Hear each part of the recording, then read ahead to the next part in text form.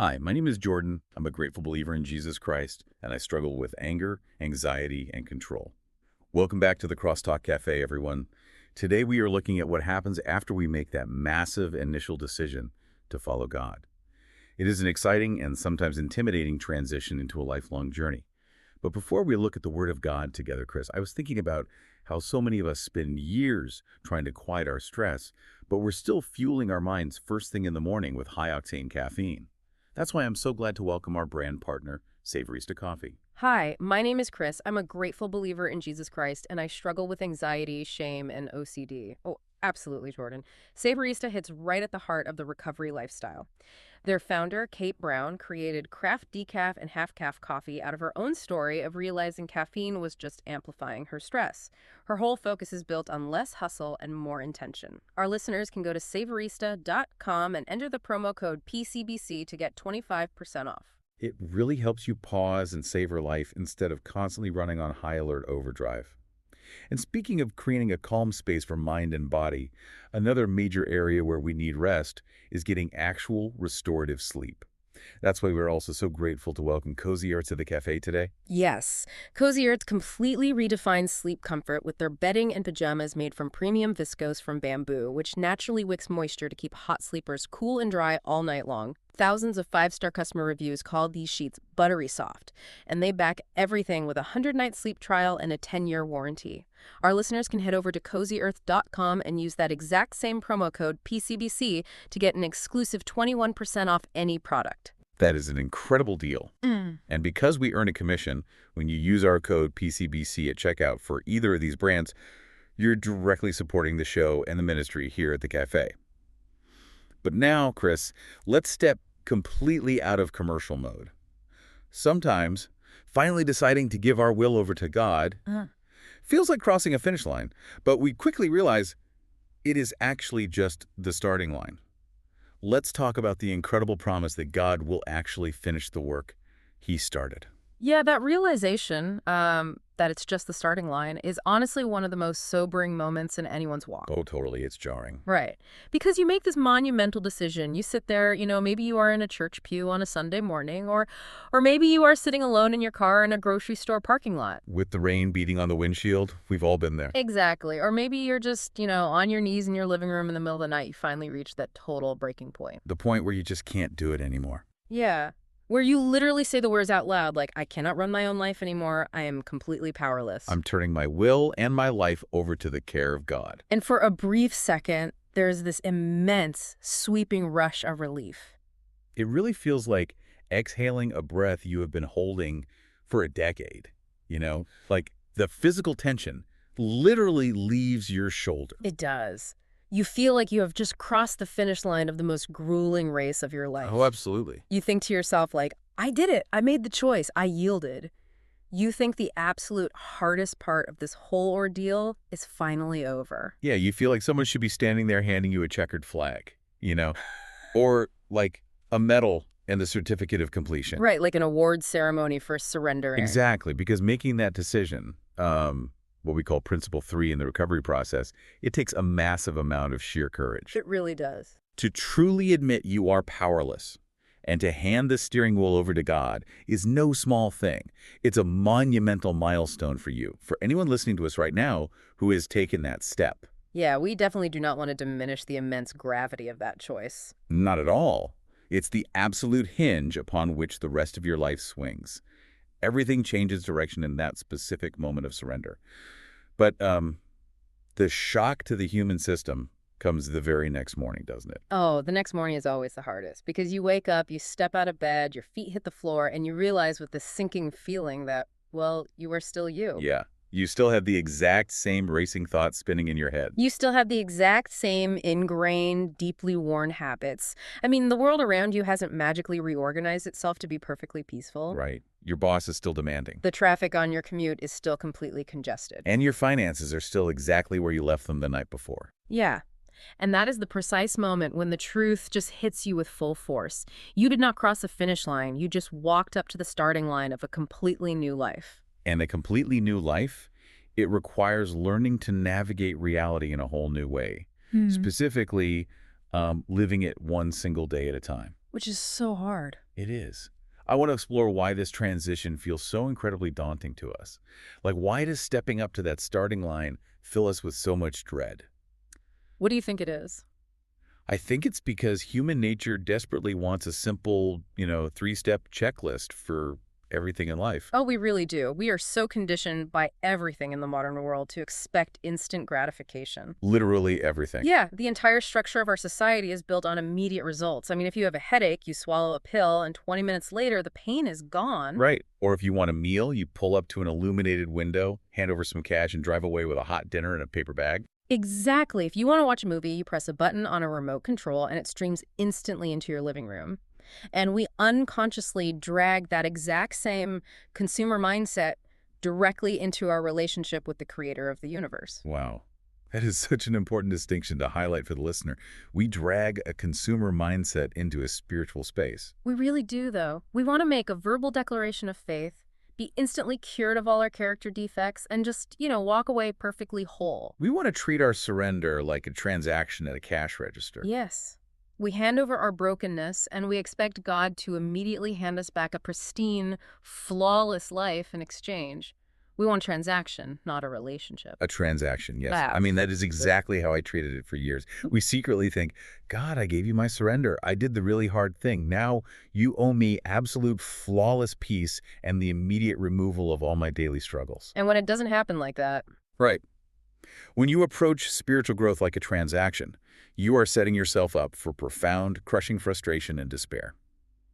Because the active walk with Jesus Christ, it begins with that singular decision, sure, but it is immediately followed by a lifelong process of growing as a Christian. and the phrase lifelong process, Terrifying. it is a phrase that can terrify us to our core. Why do you think that specific phrase triggers so much fear, though, like lifelong process? Yeah. What is it about the length of the journey that paralyzes us? I think it's because the moment we realize we aren't instantly fixed, a hyper-awareness of our own failures sets in. Oh, that makes sense. Think about how this plays out in real time. You make the massive commitment on Sunday morning, you feel completely transformed, then Monday afternoon rolls around. And reality hits. Yeah, you lose your temper at the person cutting you off in traffic, Mm. or you spiral into a massive wave of anxiety over a single vague email from a coworker. Or you fall right back into an old coping mechanism just to deal with the stress of the evening. Exactly. And suddenly you are crushed under the weight of your own imperfection. You start thinking, I must have done it wrong. My surrender wasn't real.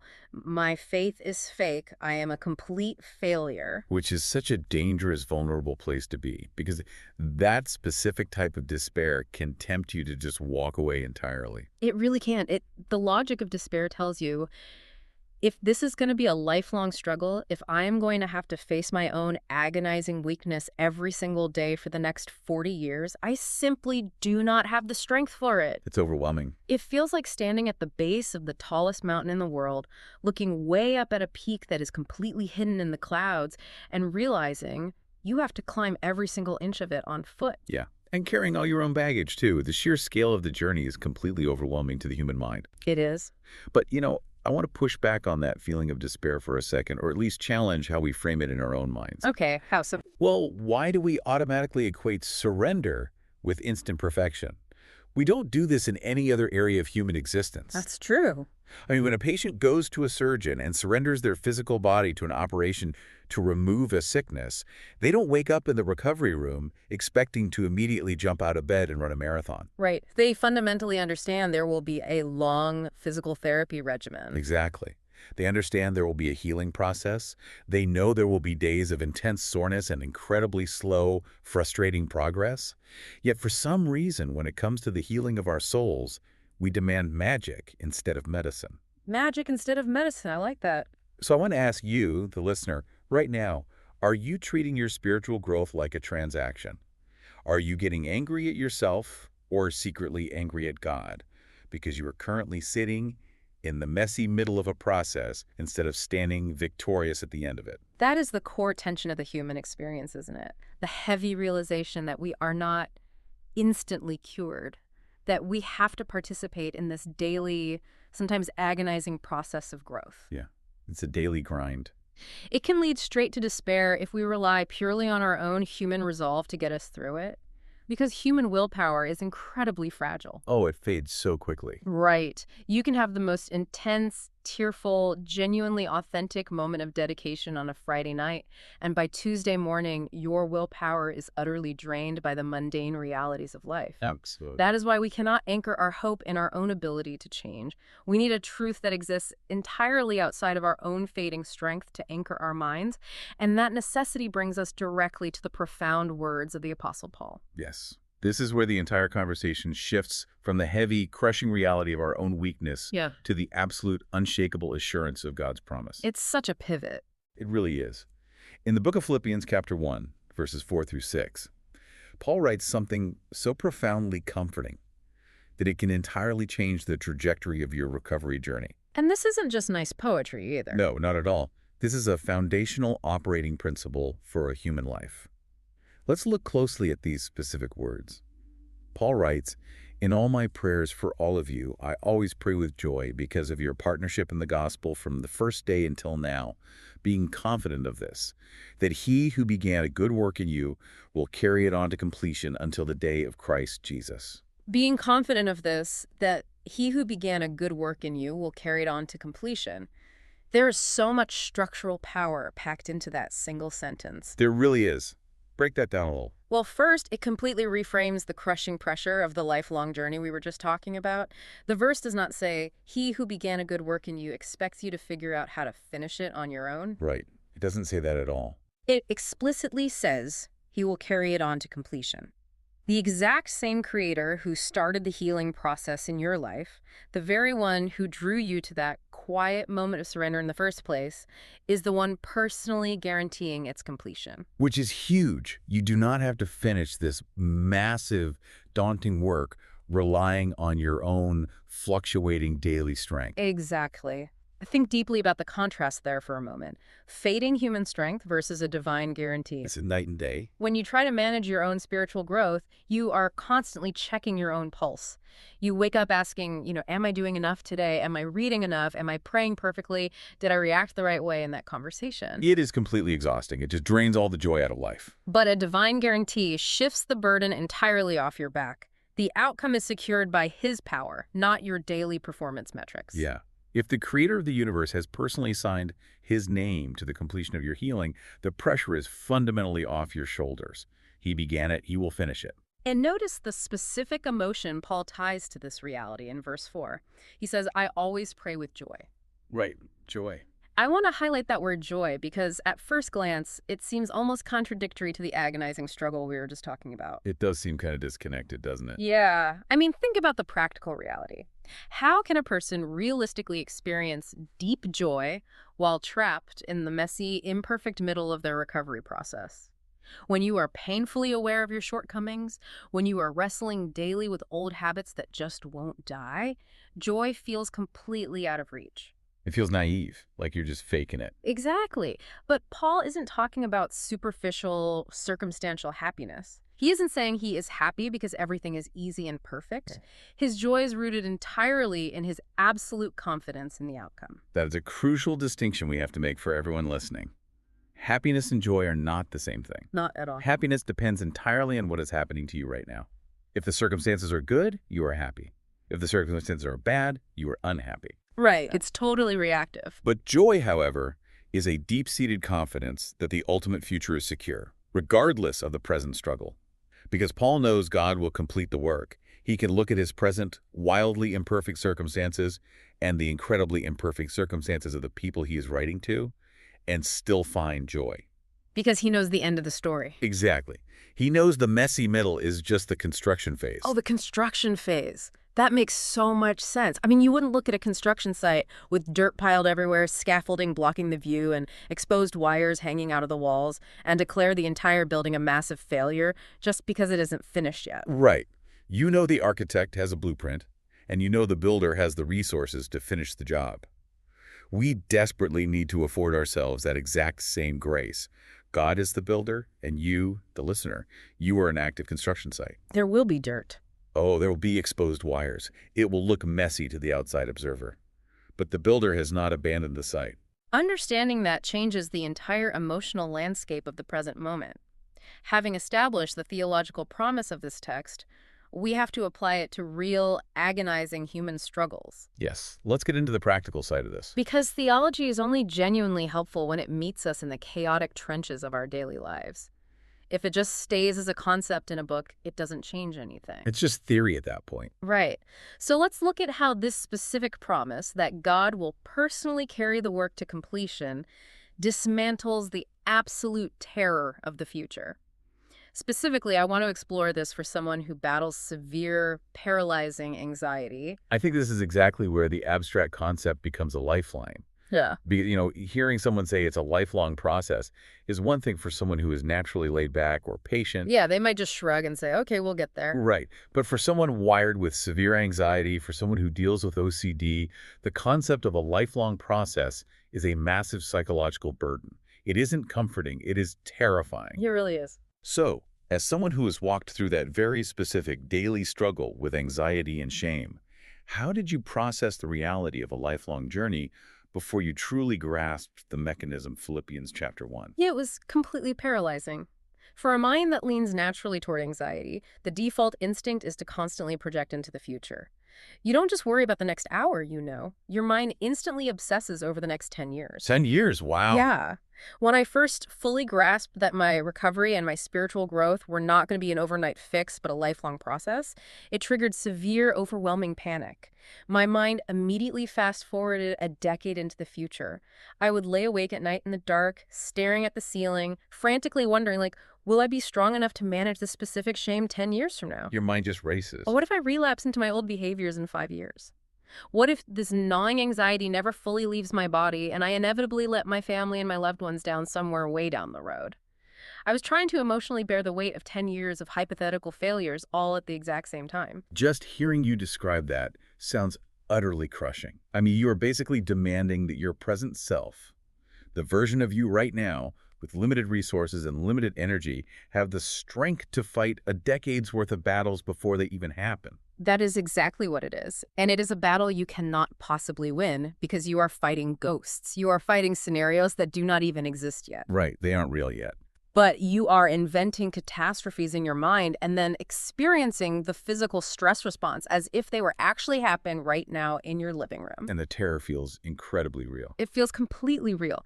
This is where Philippians chapter 1, verse 6 caused a complete paradigm shift for me. It acted as an absolute cognitive interrupt to the spiral. How so? Well, he who began a good work in you will carry it on to completion. When the mechanism of that truth finally sank in, I realized something profound. I do not have to carry the heavy burden of the next 10 years. I don't have to figure out how I'm going to stay strong next month or next year or a decade from now. Because God is handling the completion. Yes. He is already there, in the future, securing the outcome.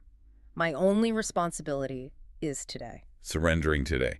That brings us right back to the new requirement for this journey that we mentioned at the beginning, Yeah. Living one day at a time. Exactly. It is such a common phrase in our culture. You see it on bumper stickers and coffee mugs. One day at a time.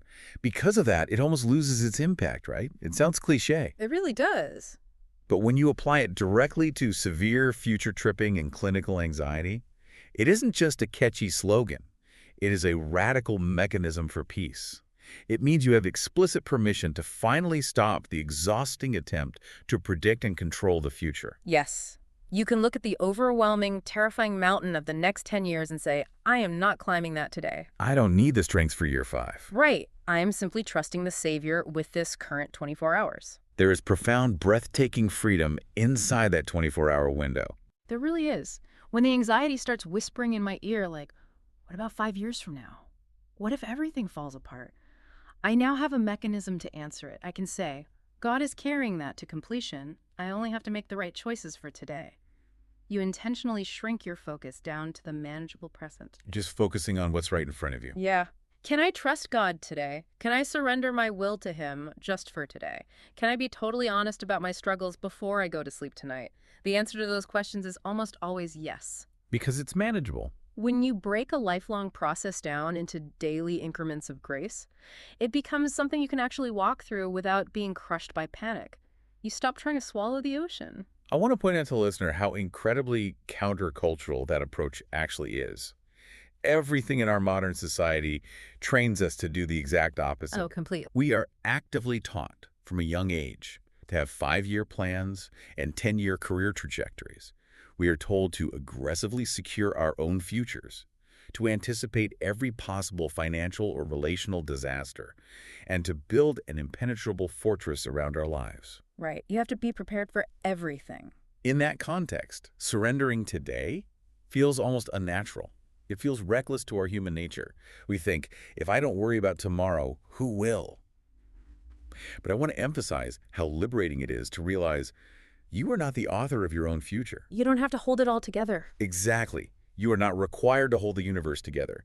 You are only asked to live faithfully within the 24-hour window of grace you have been given right now. Let God worry about next year. He is much better equipped for it than you are. It is the ultimate release of control. Letting go of the timeline is how you starve anxiety of its power.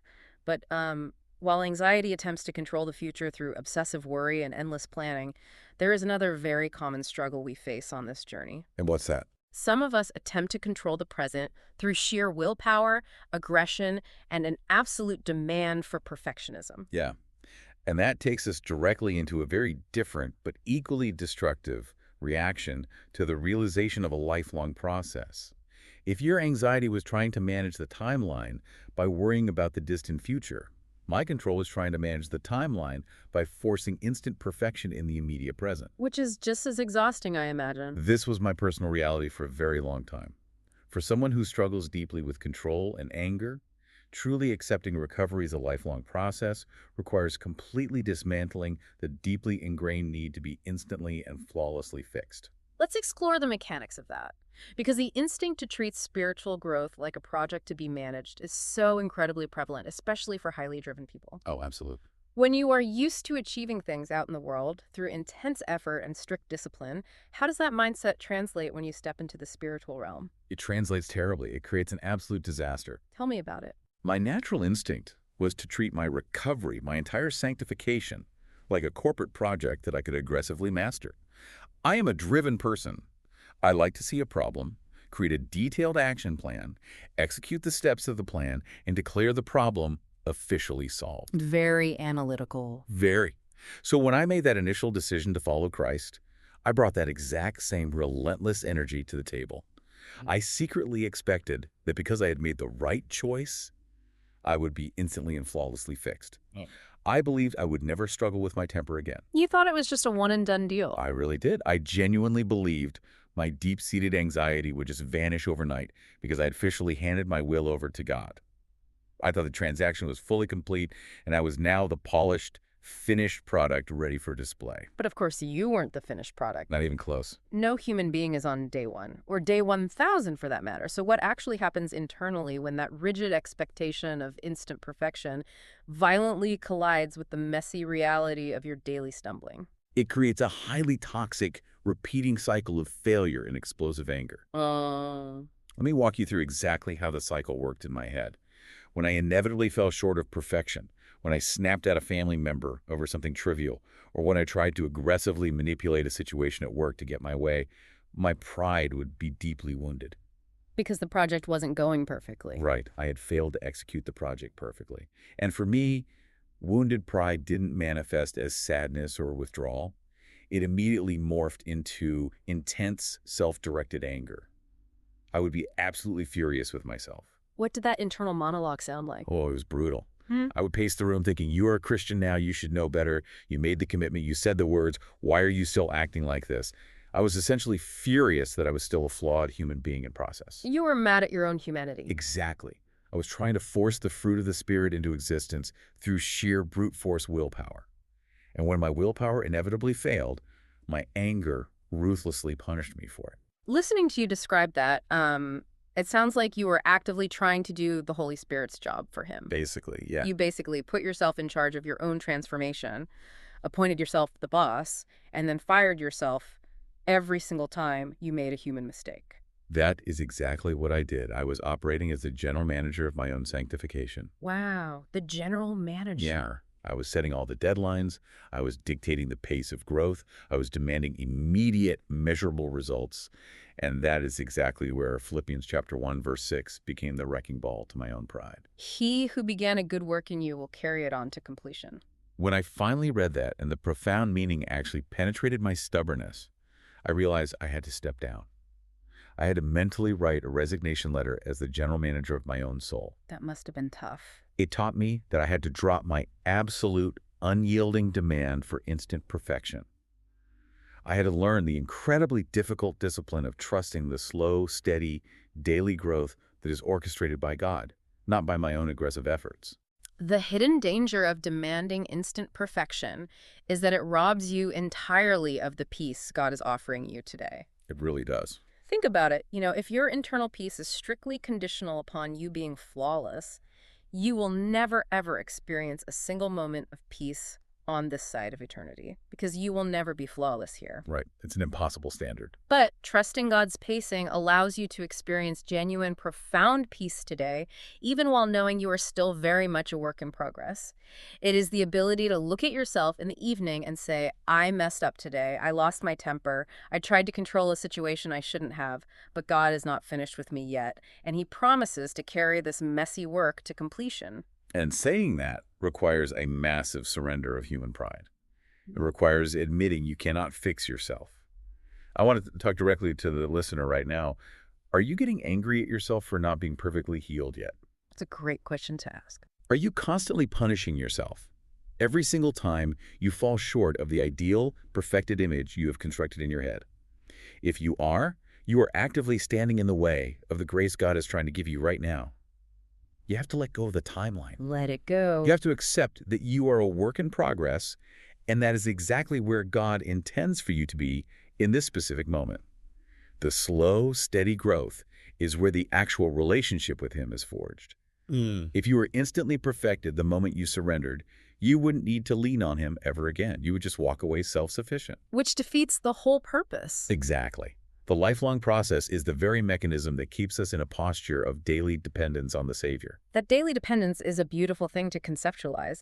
But surrendering the future to relieve anxiety and dropping our demand for instant perfection to relieve anger, they are not things we can just figure out in our heads, nod along to, and then execute perfectly on our own in our bedrooms. No, absolutely not. These concepts are beautiful in theory, but they are entirely impossible to sustain in isolation. The enemy of our souls absolutely loves to get us alone. Because that's when we're most vulnerable. Yes. Because when we are isolated, our own negative thoughts and fears become incredibly loud. They amplify in the silence. The lies about our failure get deafening when there's no one else around to speak the objective truth over us. We desperately need a physical, tangible framework in the real world to actually walk this out. You really do. We cannot survive the lifelong journey alone. We need a family of believers to look us in the eye and remind us that God is still working on us, particularly on the days we stumble the hardest and our own faith wavers. Because there will be those days. Oh, let's be honest, there will be days when you look in the mirror and you cannot see an ounce of progress. You will feel like you have slid all the way back to square one. On those specific days, you need someone else, someone who knows you, to look at you and say, I know you feel like a failure today, but I see the growth in you. I see what God is doing. Keep going. It's so vital. That is exactly what the weekly fellowship of Celebrate Recovery at Peters Creek Baptist Church in South Park, Pennsylvania, is designed to systematically provide. It is a structure built entirely around the harsh reality of this lifelong journey. It is not designed to be a quick 6-week fix. It is a framework built for the long haul. Let's really break down what that Friday night framework actually looks like, because the structure itself is incredibly intentional and psychologically brilliant. It really is. It begins precisely at 6:30 p.m. with large group worship. This is where everyone comes together in one room, regardless of what specific agonizing struggle they are facing. We engage in corporate praise, we receive direct biblical teaching, and we hear incredibly honest testimonies from people walking the same road. The testimonies are arguably one of the most vital mechanisms of that first hour. Let's talk about why they work. When you are sitting in that chair, feeling the crushing weight of your own messy middle, feeling like you're uniquely broken, listening to someone else stand up at the front and honestly share their own deep struggles, their own spectacular failures, and how God is actively carrying their work to completion. It is living, breathing proof of Philippians 1:6. It puts skin on the theology. Exactly. It isn't just theory anymore. It has a face and a name. You see with your own eyes that you are not uniquely flawed. You see that you are not alone in the struggle. You see that God's grace is entirely sufficient for people who are just as broken, just as angry, and just as anxious as you are. The testimony celebrates the God who is doing the slow work, not the supposed perfection of the people sitting in the room. And after that hour of corporate gathering, where we are reminded of the big picture, Yeah. the evening transitions at 7:30 p.m. into gender-specific small groups. Now, this is where the environment becomes highly focused and deeply, intentionally secure. Very secure. These small groups are governed by very strict, essential guidelines. The three most critical rules that protect this space are zero crosstalk, no unsolicited advice giving, and absolute confidentiality. I want to spend a moment on why these rules are not just administrative formalities or polite suggestions, but the very foundation of how healing actually occurs in a community. Please explain that, because for someone walking in for the very first time, the phrase zero crosstalk might sound a bit cold or restrictive. If you can, yeah. We were so used to conversational back and forth. Why is shutting down that back and forth actually so vital to the process? It is vital, especially for someone struggling with deep, paralyzing shame or intense reactive anger, because it completely removes the pressure of being fixed by other human beings. Oh, that makes sense. Think about how we operate in the real world. Almost every time we share a deep vulnerability with a friend or family member, they immediately jump in. They offer a piece of advice or a personal anecdote about how they handled a similar situation, or, a 5-step way to solve our problem right now. Usually because they care and they want to help. Right. They usually mean incredibly well. But what that immediate advice actually communicates to the person hurting is that their pain is a problem to be solved quickly, and that they are somehow failing by still being in pain. When you enforce zero crosstalk and absolutely no unsolicited advice, you are creating a rare, sacred space where a person can finally just speak their absolute messy truth and simply be witnessed. You can state exactly what you are struggling with that day, whether you failed miserably and yelled at your kids, or whether you had a massive victory and walked away from a temptation, and you do not have to brace yourself for someone else's judgment, or someone else's theology, or someone else's unsolicited plan for your life. Exactly. You are just heard. And I have to say, for someone who constantly tries to control everything and everyone around them, like me, sitting in a circle and not being allowed to fix other people's problems is incredibly therapeutic. I bet it was an adjustment. Oh, it is frustrating at first, but it is so necessary. Yeah. It actively forces you to realize you are not the savior of the group. You cannot fix the person crying across from you. Only God can carry their work to completion. You just get the privilege of being a fellow traveler sitting in the dirt with them. Exactly. It relieves the pressure on both the speaker and the listener.